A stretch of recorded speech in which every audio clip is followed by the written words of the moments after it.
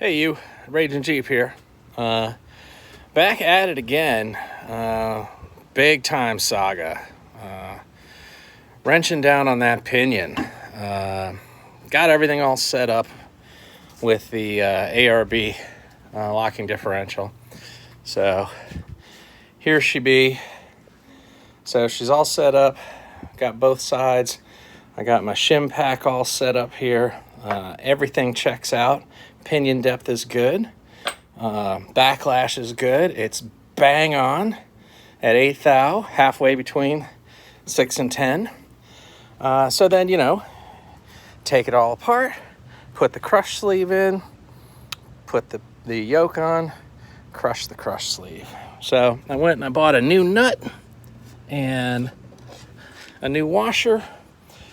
And I even got nuts and washers in the rebuild kit. So the nut that I got looks a lot like this nut. I don't know what this nut is made out of, but this nut is made out of nuttin' good. Because the other one, when I went to wrench down, look at that. I literally stripped the threads off the nut and they remained on the pinion.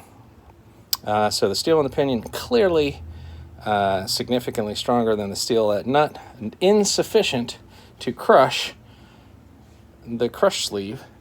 Wrong crush sleeve.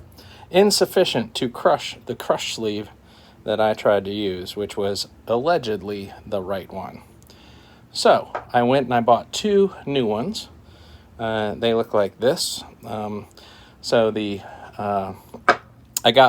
bought them from different suppliers. You notice the thickness of this crush sleeve here.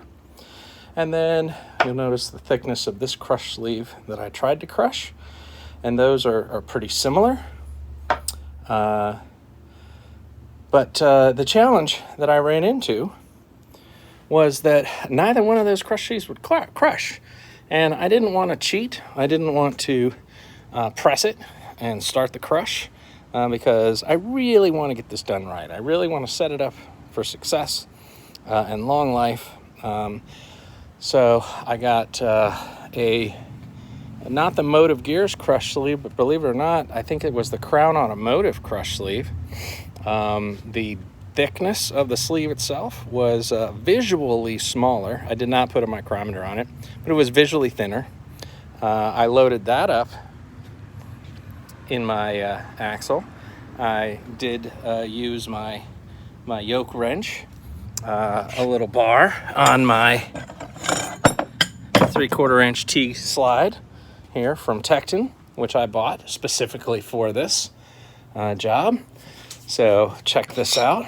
I got a 3/4 inch drive kit from Tecton that looks like this. So it goes from 2 inches all the way down to 3/4.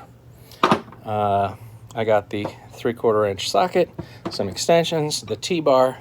I also bought a 40 inch breaker bar from Tecton with a rotating head. Looks like that. So the combination of the 40 inch breaker bar, which was, for me, being the wimpy guy that I am, the bare minimum. I also got some Bud Light.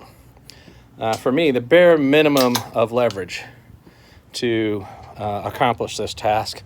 Between that and the T-bar holding the pinion wrench in place, I was able to wrench down on this and get it to exactly 15 inch-pounds, which is the spec for new pinion installs. And so now I am wicked excited. I'm going to take a break. I'm going to lift this bad boy back up onto its little homemade stand here. And then I'm going to finish installing the differential and the axles and everything else and get it all ready to mount under the vehicle. I could not be happier. It is a glorious day in the Raging Jeep shop. And we are now solidly rolling downhill towards completion, and soon the big yellow Jeep will not look like it's missing its teeth. it will be back on the road again.